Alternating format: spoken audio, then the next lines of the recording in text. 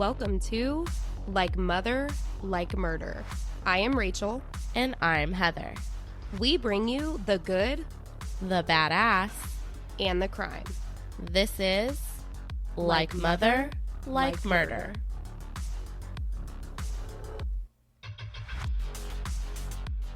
Hello, everyone. Welcome to Like Mother, Like Murder. Welcome to the spooky, like mother, like Shit. Yeah, definitely chills right there. I hope everyone can hear you, though. You were so quiet. And we have really good mic protection. When we edit, I'll just have to turn up the volume. Okay. Ooh, spooky like mother like murder. Happy October, everybody. It's October. It is October. It is October, Heather. This year has gone by so quickly. So quick. So fast. What in the world? In 3 months. What in the world? It's going to be 2025. 2025. I mean, that seems insane, doesn't it? It makes me, and you know what that means? It's going to be our 3-year anniversary someday. Well, and how old are we turning in 2025? Oh, we're going to be 35. Doesn't it make you feel like 35 just sounds so much older than 34? Doesn't it? Do you I feel like we say that every single year. 25? This is, I don't like this. Yes. Oh, take it back. I take it back. She rewind. I'm loving my 30s, so I'm not going to take it back. I'm loving it. Do I want to get older? Nah, my knees are definitely broken. I had to miss out on the gym today, guys, because my right knee, my mom stood on my stairs the other day and I said, just be quiet for a second. And I walked up the stairs and you just hear my knees grind. Well, you always hear me anyways because my ankles pop the whole time. So I'm like a walking, like, freaking band. It's ridiculous. Do you know those guys that used to wear like the drums and then they'd have like the horn and it was all like one instrument? That's you, but without the instrument. That's my body, you guys. Just making music over here with my body. I mean, it's a bummer. Last night, so I'm a side sleeper and I tend to sleep with like an arm under my head. Same. And I usually sleep on this side, but last night I was like, okay, let's flip it over. And I woke up and I couldn't move my arm. You were stuck. It was stuck. It was absolutely stuck. And I'm like, what is this? Like, what is this? And I think whenever that happens, I think about what we used to be able to do, you know, in our 20s. There will be no more pop locking and dropping anything at this point. And it's very depressing. I did Zumba, you guys. I have to totally shout out to my mother. I made my mom go do Zumba on Monday, and we walk in, and it's an hour class, okay? First of all, she went rollerblading on Sunday night. She said how much energy it gave her. She slept super well. So, of course, the way that my brain works is you need to keep going. If you stop, you lose the momentum. Exactly. Yeah. And so I was like, we need to go to Zumba. And it's dancing. Yeah, you get a crazy workout, but it's also what you put into it. So you can do the movements a little slower. You can do them freaking full out. And so we are on the second dance, okay? When she looks me dead in the eye and says, you broke my hip. I was like, I broke your hip? I broke your hip? It was so funny. The second dance. It was really great. You're always dragging people to stuff that they just can't do, though. I mean, yeah. I think you dragged me to Zumba and the like dance kickboxing. Yes. Which was horrible. Yes, you guys don't take Heather to kickboxing. Don't. My mom's better at Zumba and she broke her hip. It's Heather is not a kickboxer, guys. There's some people that have the coordination when it comes to not me. Not me. Oh my gosh, that is wild. It was fun though, and she made it almost the whole class, which is awesome. Good for her. Okay, back to this year freaking speeding by. It is October. It is spooky season. what is going on with you spooky season wise? Do you guys have plans? You have your costumes picked out? Tell me all the things. So we have had a myriad of costume choices, and of course they change every week. And I learned my lesson. So it's so funny because Zach keeps saying like, oh, should we get them this costume? My mom keeps saying, oh, do you want me to get them that? Because she told me this. And I'll say, nope, give it a week. Because Evie's gone through like 3 or 4 in the last month. Tempe now says she wants to be a pumpkin, which is just like adorable. And we keep imagining her in this big inflatable pumpkin costume. And we honestly, it has snuck up, and October is hard because we always get so, zeroed in on Evie's birthday, which is also in October, but before Halloween. So we get zeroed in on the birthday. And then I think we almost kind of forget like, oh crap, like then it's Halloween. So we're getting there. Yeah, I'm excited for the season though. Although I need the weather to change because it just doesn't feel, it's still like 90 degrees here. So today's supposed to get up to like 100. So it just doesn't feel spooky season. I need this to stop. I'm in a sweatshirt. I opened my windows today. The chill is amazing. Ugh. The leaves are changing. So I'm everything jelly. here, the fall is falling. Aww. So it is amazing. I am loving that it. For you. I love that. I actually, one other thing I'll add about Halloween is, it's funny. My stepson today, he asked me, we were driving to school and he was like, oh, so I was talking to one of his friends because before he lived with us, he lived about an hour and a half away. And he said he was talking to one of his friends about how he wants to go trick-or-treating with him on Halloween. And I'm like, you're not going trick-or-treating an hour and a half away. I was like, I'm sorry, but on a Thursday night or whatever Halloween is landing on, I'm not going to be able to pick you up from school, take you out to trick-or-treat out there, and then take you back. You're more than welcome to get your license at some point, you know. Drive yourself. I was like, I'm sorry. There's weekend festivities. See what's going on out there, and we can take you for that. But a Thursday night, I do not see it. Yeah, I do not see it. Sorry, so, and I feel bad because I want him to have those friendships and do those things as well, but not on a Thursday night. No, school night. Sorry about it. Yeah, we have we have boundaries. We do. Before you get into, I know you're doing a shout out. I need to do a different sort of shout out right now. So one of my mom's friends, she has her own Etsy shop. She has done Etsy for a while. And randomly last week, I received something in the mail. And anytime I get something that I don't know what it is, I get so giddy. Like I am the littlest, happiest thing in the world whenever I get it. I'm like, ooh, I should do an unboxing video, you know? And so I opened this little envelope and out came this true crime themed decoration piece, and the way that she explained it, she called it a Pokey Tool. I love that.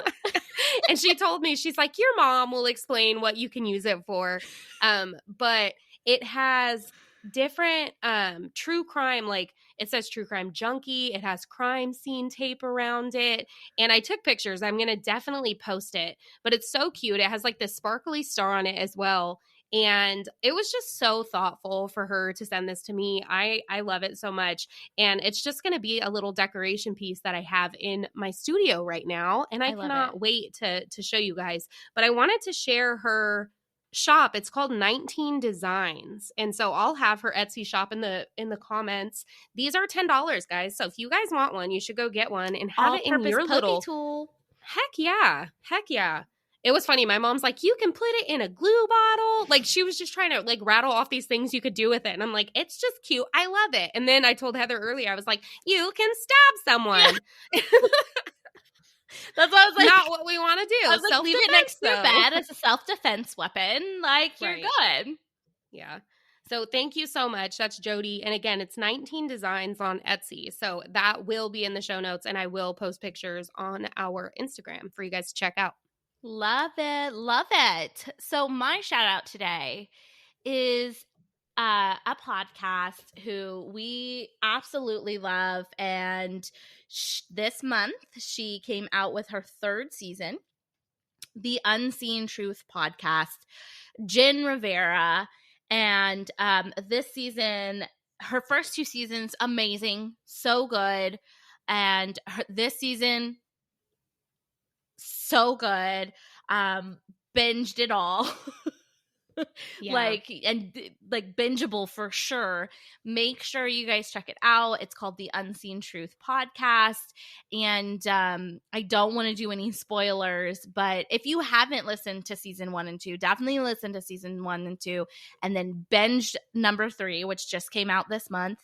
And check out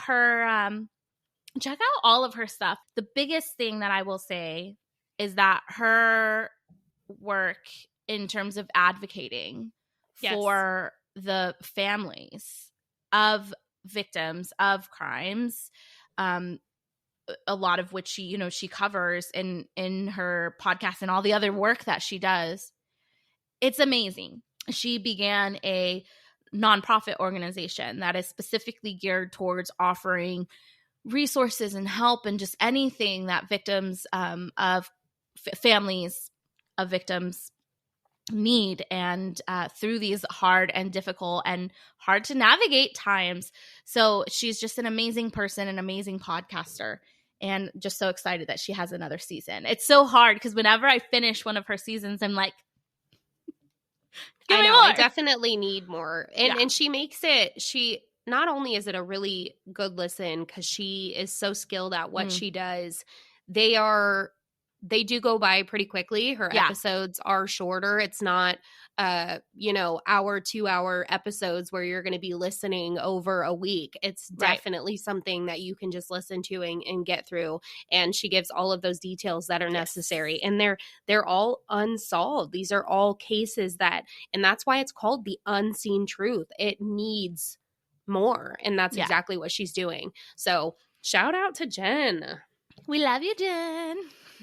Hello, everybody. This is Liam Collins, the host of the podcast Crime Over Wine, and I'm about to make your Wine Wednesdays so much better. We know that there is nothing better than hanging out and listening to your favorite true crime podcast over your favorite bottle of wine, and that's where we come in. Every week, we share a new head-scratching true crime story while reviewing your new favorite bottle of wine. So your new true crime adventure is waiting for you. Crime Over Wine drops new episodes every Wednesday, wherever you get your podcasts.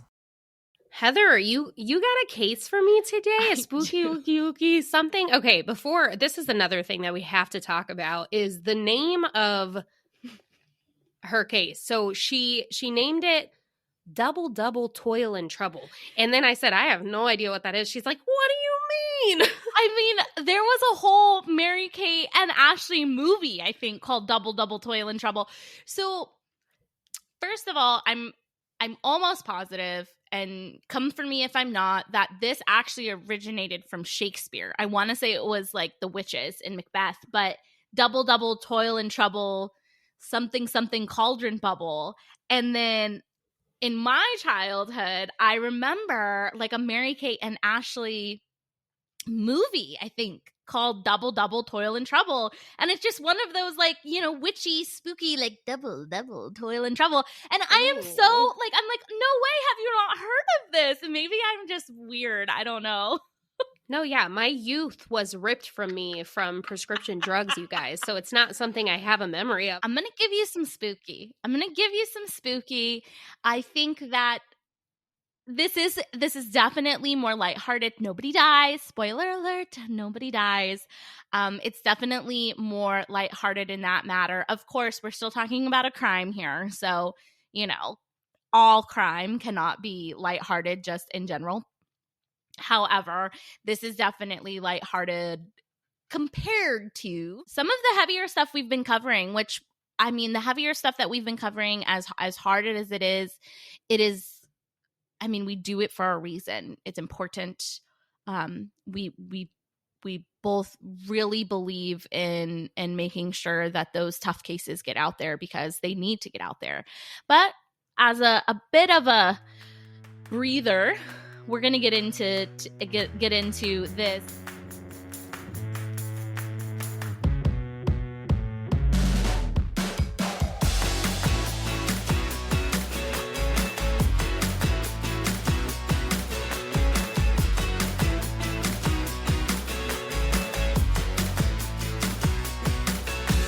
as it is spooky season, as it is obviously our mom cast, I found the perfect case. I found the perfect case for this. So we're going to get into it. Before I get into it, though, I'm going to set the scene. You're returning home from a normal day, as normal as things can be these days with all that is going on in the world. You pull into your driveway thinking about what you're going to prepare for dinner. You park the car, hop out, walk up to your doorstep. And as you slide the key into the lock, you notice something out of place on your porch. It's a burnt blue candle next to a mason jar filled with sand. And then you notice a picture with a pentagram drawn on it in red ink. As you take a closer look at this last item, you notice it's a picture of you. You quickly step away and head into the house, lock your door, unsure of what the fuck you just saw. The next morning you wake up, having spent the night pondering what this all could have meant, and you chalk it up to some kids playing pranks.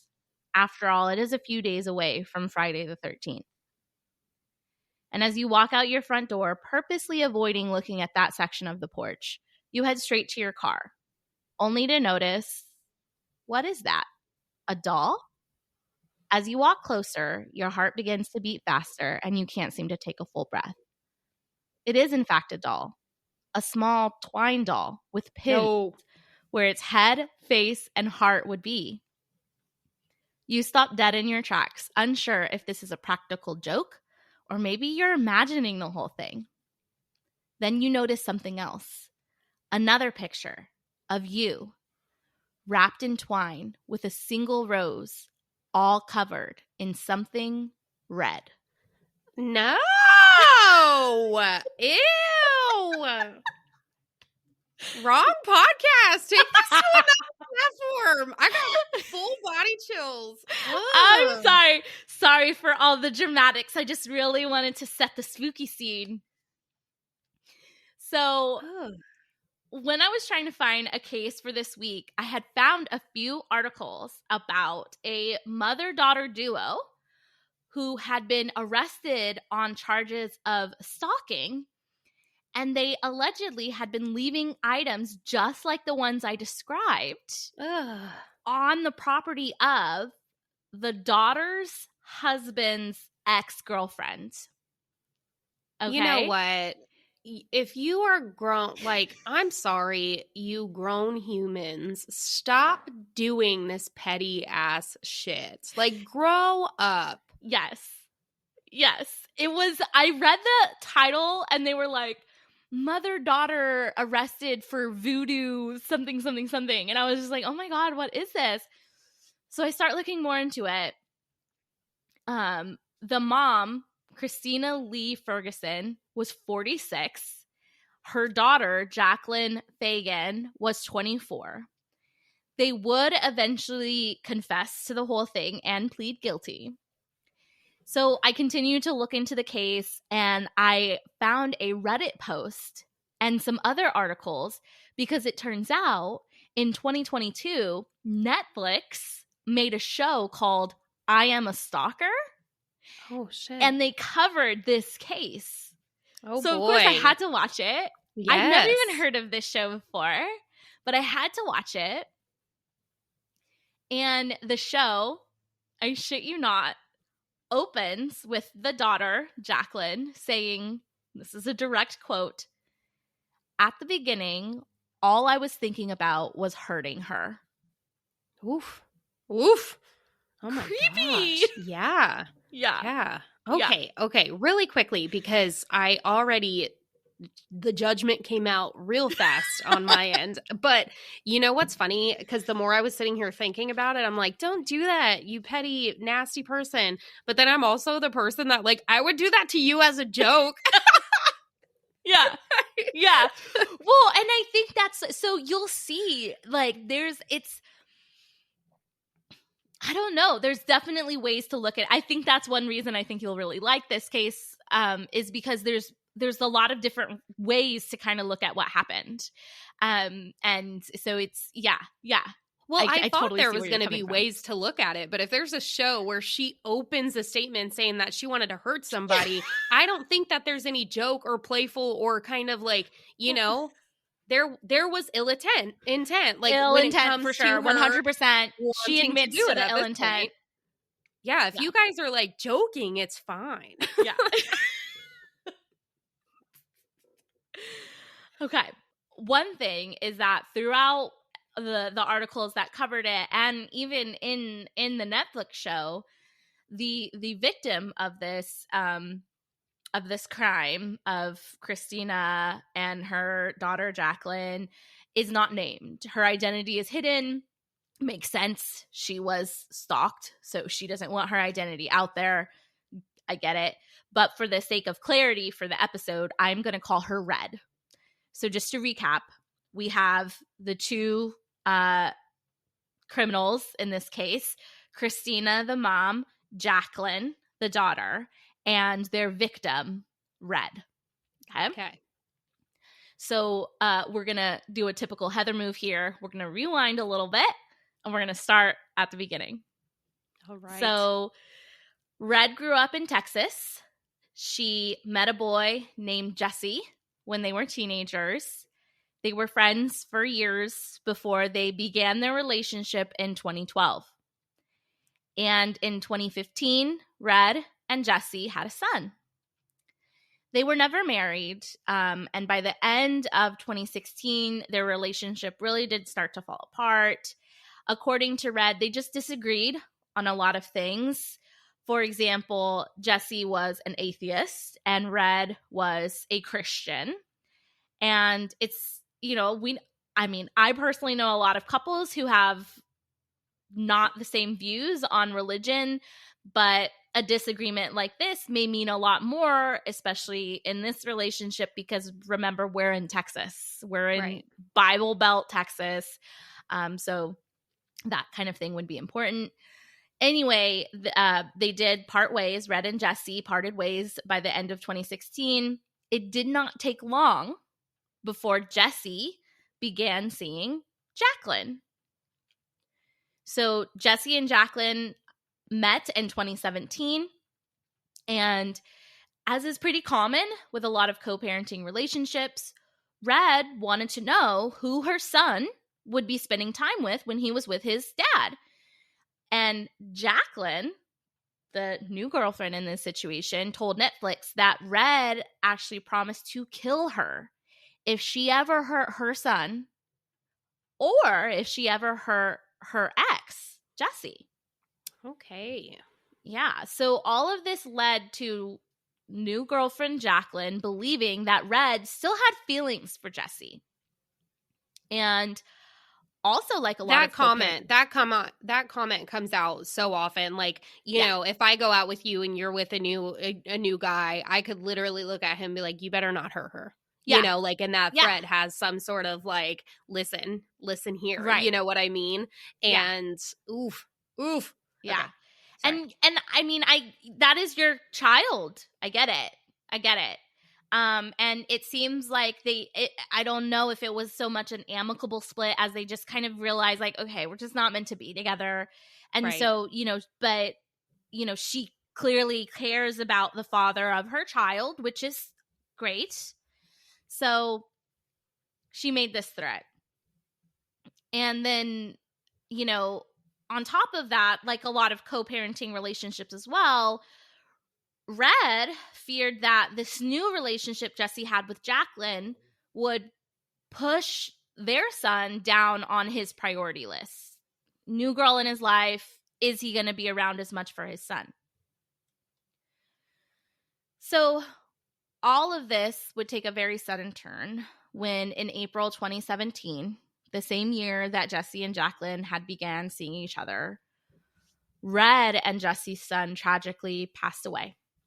Oh. Yeah. He was obviously still very young. There's not a lot of details on it. I don't know if it was kind of just like... You don't know how?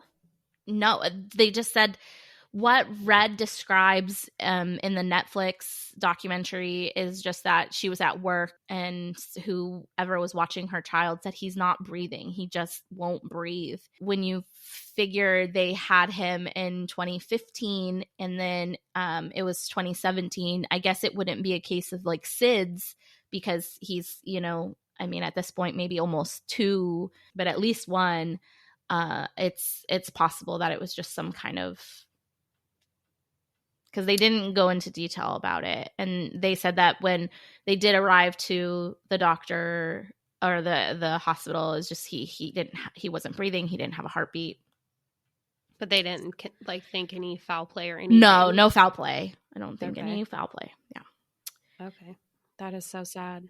Yeah, very sad. Obviously, both parents really struggled with the grief of that. And even though they weren't together anymore, they shared this child, and they're obviously going to lean on each other in this time of grief. And, they'll always be connected by their son. This, however, did not sit very well with Jaclyn. She told Netflix that while she understood that Red was grieving, it put a strain on her and Jesse's relationship. She could shut her mouth. I mean, just gonna say that right there. Right. So one instance that was described was that they were having the funeral for their son, and Red and Jesse were obviously like together, standing together, holding hands, just, being there with the loss of their child. And Jaclyn got up mid-funeral and left, which is not only disrespectful to this child, but is incredibly disrespectful to your new boyfriend who just lost his child. How are you not even going to be there for the man that you supposedly love and are in a relationship for? Yeah. Like, it's kind of fucked up. It really is. So the problems in the relationship, however, didn't stop Jesse and Jaclyn from eventually having a child and getting married. So within a few years, by 2019, they also had a child and were married. But all of the kind of bad blood with Red had not been resolved. According to Jaclyn, she had actually blocked Red on all of Jesse's social media and put limits on the messaging between him and his ex. So Jaclyn put in place a rule that said Red and Jesse are only to message each other about their son. Yeah, I don't know. I know I feel like you looked at me for something there, and my thing is like, it's hard because they lost their son. Yes. So communication wise, but that's something that they're going to have to like forever. And that's, you lean on the people who understand and experience things with you through those moments. Exactly. And so that I feel like is open for conversation. Limits, maybe. I mean, they're separated. He's in this relationship, so I can see the limits possibly, but also like, I don't know. Yeah, like I can see that wild. There would be, obviously you never want inappropriate messaging between your partner and somebody else, clearly, obviously. But the other thing you have to consider is like they've known each other since they were teenagers. They went through this huge life experience together. No matter what, they're always going to be part of each other's life, right? Yeah, they're bonded through that. 100%. So according to Jaclyn, though, she didn't like the way that they messaged all the time. She felt that there was still some feelings there. And all of this kind of came to a head when Red sent Jesse a picture of a girl that she was actually dating at the time. I'm not sure why. Maybe it was something like, hey, check out this hottie I'm seeing right now, because it was a picture of Red's new girlfriend in bra and underwear. Definitely, to me, crosses the line of inappropriate. I mean, period. He's a married man. You don't need to be sending a married man half-naked pictures of any female, right? Right. So when Jaclyn confronted Red about this, heated words were exchanged. It all just, it definitely was not okay. And their relationship was not okay. And this exchange is what resulted in Jaclyn's eventual criminal behavior. Oof. According to Jaclyn, at this point is when she snapped. That was the straw that broke the camel's back. Okay.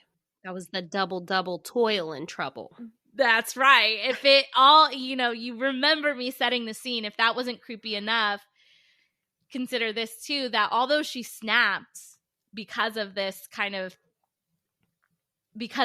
incident, she still waited over a year before she would exact her revenge.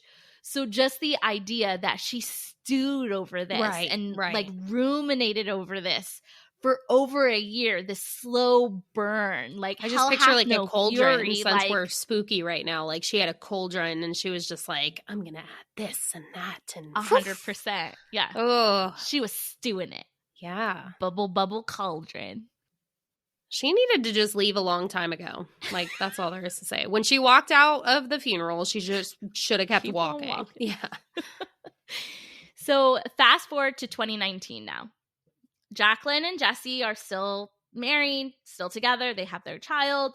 And Red has actually moved on as well. She is also married with a child. And on June 15th, 2019, in the wee hours of the morning, Jaclyn drives to Red's house and leaves the first item in a series of things meant to creep Red the fuck out. And this was the picture of Red with the pentagram drawn over her face in red ink, along with a burnt candle placed on a piece of paper and the words, "Hi, Red," written on the paper. Ugh. So the cops were called immediately. Red was obviously freaked out. She didn't know who or where or what, like how this came about. And this was left at her house where she lived with her family, where she lived with her husband and kids. So it was definitely creepy to her. And at this point, apparently, Jaclyn had become obsessed with the idea of leaving these items and scaring Red. And it was not long before she was back at it again, this time with a twine doll with pins in its head and heart, placed inside a jar of sand with red symbols drawn on the outside of the jar, including Red's birthday and her initials drawn on the outside of the jar. That girl's twisted. Well, and to make matters worse, Jaclyn, she knew that Red was like very Christian. So she knew that the idea of these very witchy, Satan-y, if you want to call it, kind of freaky, creepy, items being left at her house would freak her out more than, say, if you left these items at my house, I'd be like, the fuck? Because, I'm not, that stuff doesn't really bug me. But to a very devout Christian in the middle of Texas, you can see how that would be kind of creepy. Also, to make matters worse, this last one with the pretty much voodoo doll, it happened to coincide with Red and Jesse's son's birthday. So it was left just a few days before his birthday, a time when, she would already be having very she's already going through a lot. She's struggling, and you choose this time to do that. Yep. How sick. Well, and she wouldn't stop there. So Jaclyn told Netflix that she didn't feel like that was enough. So she took to Facebook, and I'm telling you, this is why I'm just like not a Facebook person. I'm never on my Facebook. But Jaclyn made a fake Facebook profile in order to friend Red, which allowed her access to her private photos that only her friends could see. And Jaclyn printed out the pictures along with a curse written in Latin, rolled it up, and left it on Red's car. So the cops are obviously, they're called. Like, Red calls the cops every time this happens, and she's incredibly worried about the well-being of herself and her family because they're being left on her property. Yeah. And at this point, there'd been several incidents of these items being left there, and she reported them. And then she also noticed the pattern of these occurrences happening right before Friday the 13th or a solstice event. So it really creeped her out. Right. So like I said, she had been in touch with authorities this entire time, so they were well aware of the incidents. And what happened was the cameras were actually installed outside of Red's house. It did not take very long before the cameras worked, and they got footage of the perpetrator leaving another item on Red's car. Yeah, they did. Yeah. So after reviewing... Do they show it in the Netflix documentary? Yes. Oh, I'm watching it as soon as we're done. You have to watch it. I will link the Netflix documentary in the show notes. You guys, they have footage of the person coming up and leaving the stuff on the car. There's pictures of the actual items that were left. Ew. It's a very well done episode. I haven't watched the whole series. I just watched that one episode, but it's very well done. So after they reviewed the footage with investigators, Red was actually able to identify the car that pulled up to the property as Jesse's car. And then the investigator made it clear that that's definitely a female because it was a person in a hoodie, you know, like kind of bundled up, hiding their face, walking up. But it was definitely a female walking up to Red's vehicle and placing the item on it. And then they noticed that this person walking up wasn't alone. There was a driver still in the car. No. I hate that. That, like, makes this worse for me. Yeah. It was already shit, but yeah. Damn it. So then it all started to click into place for investigators. They interviewed Jaclyn about this, and she immediately confessed. Immediately. Right. She said, I was messing with her. And when investigators asked her who was the other person in the car, was it Jesse? Jaclyn was like, no, it was my mom. So it was her own mom, Kristina. And when they interviewed the mom, Kristina, she told them that, quote, she thought it was funny. Yeah, that's her daughter got it from her because her mom's probably nutbag. Oh yeah. And you'll see that's 100%. Because they came up with this plan together to get back at Red. And according to Kristina, the mom, she thought, well, maybe it'd teach Red a lesson to just leave Jesse and Jaclyn alone. You teach your daughter a lesson. Apparently you didn't do any lessons as you were growing up. Clearly. And Kristina went on to say that, like, she didn't understand why her and her daughter were being arrested. She felt that the whole thing was being blown out of proportion. But you tell me. So here are all of the items that were listed on the arrest warrant as being left at Red's property. Some of them I've already mentioned. The picture of the victim with a red witchcraft pentagram drawn across her face with a burnt blue candle next to that picture. A pair of men's black underwear left on her vehicle with a note saying, quote, just thought you should know, end quote. That you're crazy? what am I supposed to know? A mason jar filled with sand, the small voodoo style twine doll with pins in its head and face and heart. Another burnt blue candle with sigils and symbols, which apparently have translated meanings of horror, death, pain, insanity, delusion, and destruction. Yeah, okay. A black leather scroll with, again, that photo of the victim with the Latin message. Yes. Wrapped in brown twine with a white rose dipped in a red-colored substance. I bet you twisted. So I feel like, okay, you tell me the first thing, the second thing. People, I'm all for pranks. I'm all for funny things, okay? I am going to jump out of the shadows and scare the shit out of people.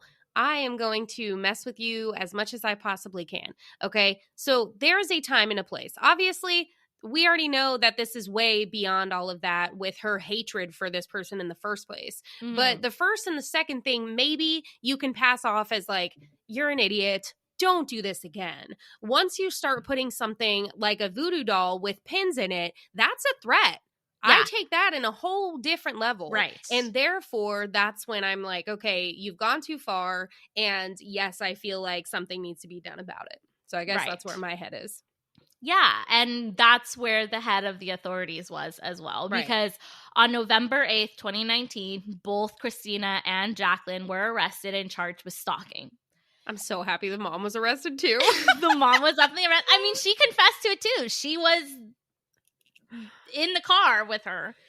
So Jaclyn was released a day later on a $75,000 bond, but Kristina's bond was actually $150,000. Okay. Don't know if maybe mom had a prior record that made her bond higher, but either way. So I definitely wanted to mention this because the Netflix show obviously is based around stalking and what that is and what that means. They give a lot of statistics about stalking. We've obviously covered some stalking statistics before, but I wanted to make sure, because you talked about it, how where does it cross the line between like practical joke, messing with someone, to like threatening them.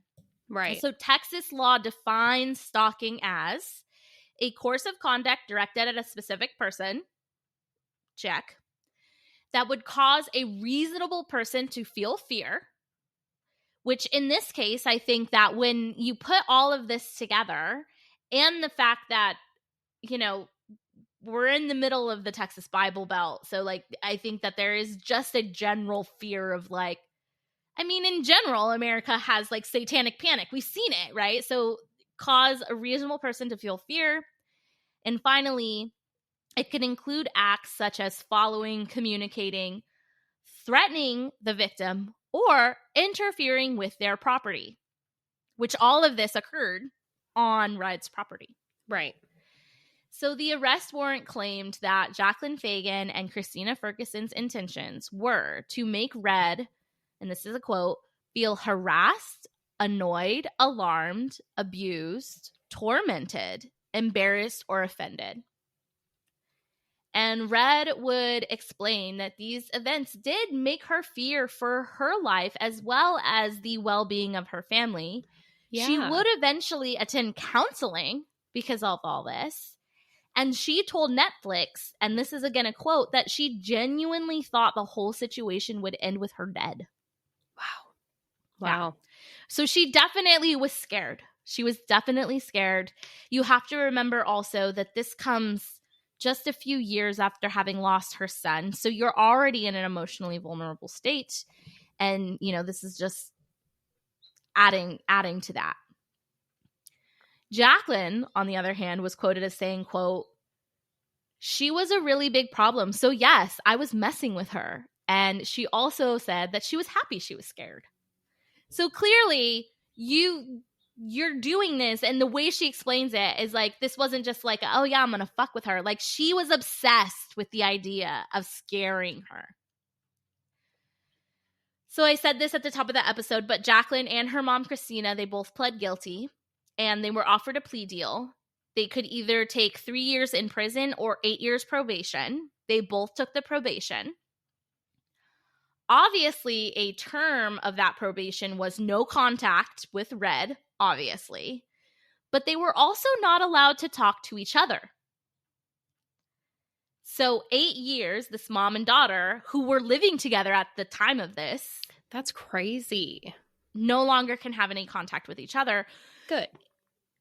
And, you know, the ADA from the courts said that if Jaclyn and Kristina had come in and been more remorseful for their actions, as opposed to really making light of the matter, the DA's office might have changed their stance on that. Right. Kristina believes that the punishment from the courts was a way of them retaliating against her for not conforming to the good Christian norm that is, you know, around, you know, in America, but definitely in Texas. And it was mentioned more than once that the idea that Red was a Christian, and they knew that. So the use of these very witchy, non-Christian things, exactly, was a bigger deal than maybe if it had been done somewhere where someone's Christian faith is less of a, part of who they are or something. So anyway, this story made nationally news, and clearly it got so big that Netflix wanted to do a story on it. But there were a lot of mixed reactions. So some people believed that Jaclyn and Kristina, they got what they deserved, or that they were even actually let off easy for the crimes that they committed against Red. And others believed that they were punished too harshly. That, hey, Red is the one sending half-naked pictures of women to Jaclyn's current husband. So, she needs to be stopped. So Kristina maintains to this day that it was all blown out of proportion, that Red overreacted to the situation. Jaclyn is, and this is a quote, 100% remorseful. She did tell Netflix that even though there's not supposed to be any contact, she found out kind of through the grapevine that this really fucked with Red's head and she had to go to counseling. So Jaclyn feels really badly about that. So there it is. Too little, too late. Yeah, double toil and trouble. Double toil and trouble. Oh, I never told you why. So the reason I picked this is because I had 3 different title options. And so the full title of this, I didn't put the full title in our recording title. Double toil and trouble, stalking mother-daughter couple. Ooh, that's a good one. Right? I like it. Right? You're done good. Yeah, so obviously, I can see it in both ways where, part of me is 8 years, that's kind of crazy. I think that how you brought up the remorse, if you don't feel bad for doing things to other people, you're shit, right. And it's you're a psychopath. Not only did you do something that is a crime based on all of the things that you listed, right? You don't feel bad about it. So therefore, there are consequences for your actions. And yes, there are times that those same things can be committed and someone fucking feels really bad. Right. They made a mistake and it was wow, I shouldn't have done that. And they can see that and be like, you know what? I think that they really mean that. Here's a lesser sentence. But I can see it where it's okay, they took it too far. And I see it where I'm they got exactly what they deserved because they're stupid. So, and part of, and I, in the Netflix documentary, and I watched it only once, obviously, because I just found this recently, but the mom said she knew that what they were doing wasn't copacetic, right? She knew that this, but she said, the worst we thought that maybe it was harassment. And I'm but even then, if you're harassing someone, come on. And it's, and like you said, if someone was to do this to me, if you were to turn around and do this to me to fuck with me, I would probably be okay, keep it coming, Rachel. What else can you come up with type of thing? Because I don't take it, I don't see those kind of items as, I'm okay, what are you going to do? Voodoo doll me? Okay, cool. Whatever. But, you can, and they made it a point to say that Jaclyn knew that Red was a devout kind of Christian and that these kind of items would fuck with her more than someone like me. Yeah. So when you kind of take into account that, it is hard to be come on, man. Come on. And the fact that it was you waited a year and still did this? Dude. Yeah, you did. You let it just sit there and boil in your brain until you snapped and went crazy. Yep. Oh, shit. Now I want Halloween, everybody. Now I want to spookify everybody. What am I going to find? Spooky. Nice one. I liked this. Thank you for this. You're welcome. And I still have chills from your opening. I know. I didn't know how I was going to do it. Because honestly, like I was in the middle of writing everything up just based on the articles I had found. And then I was trying to, fact check something. And so I Googled it again. And then all of a sudden I started seeing this Reddit post. And I was like, what? I'm like looking and I was like, wait, what are they talking about? So I Google I was checking something else and then I ran across this Netflix documentary and I was like, what in the world? And so I sat there and was watching the Netflix documentary and, writing up the episode and stuff. And it was, I always say it's fun. I know I'm talking about a crime here and Red was obviously really impacted by this crime. So I don't want to downplay her emotions, but it was fun to be ooh, damn, yeah. Jaclyn, get your shit together kind of thing. I did the research for this one. I guess I could say that the research for this was interesting because I had these articles that were just very, basic from the arrest warrant, from the courts, just really basic things. And then the Netflix documentary actually interviews. Then you had something land in your lap that was here. And so I was like, oh, this is awesome. And it had interviews with Jaclyn, with the mom, Kristina, and with Red. So it was definitely interesting and more fun to kind of put together because I had those extra places. And so again, I will definitely link in the show notes the Netflix documentary.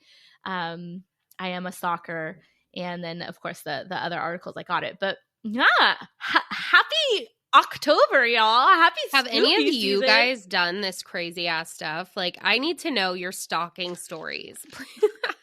Is that our next episode? Can you guys just send in all of your stalker stories and we'll read them out loud? I was going to say, every single time that you said Red, did you ever watch Orange is the New Black? I did watch Orange is the New Black. So that's who I see in my head. I know. So, this is the thing. The reason I called her Red is because in the Netflix documentary, her identity is concealed. Obviously, they kind of blur out her face, and I think they even change her voice a little bit. But one thing you do see is her red hair. Okay. Which is why I called her Red in my head. Yeah. In the Netflix documentary, they actually give her another name. I think they call her Sally or Sandra. They call her Sandra. Red is great. Yeah, Red. I just loved the idea of Red. So Netflix, hire Heather. She has better ideas. Come on now.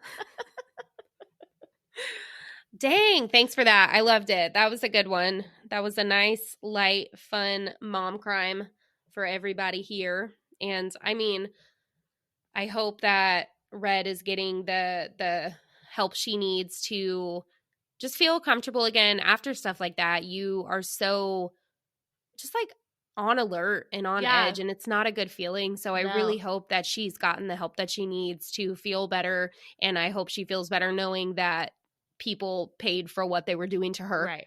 So yeah, so exactly. That positive part right there. Damn, girl.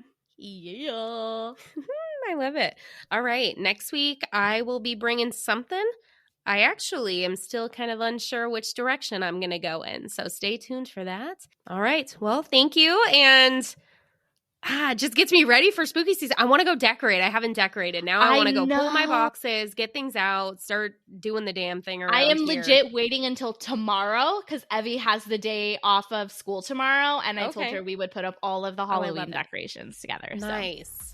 I love that. Send pictures. Show me all of the things. Spooky.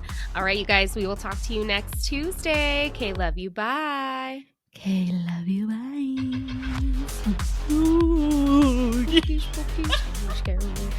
On your bike. Jeez. Double, toiling trouble. Cauldron, I don't know. Bubble. I'm turning this off.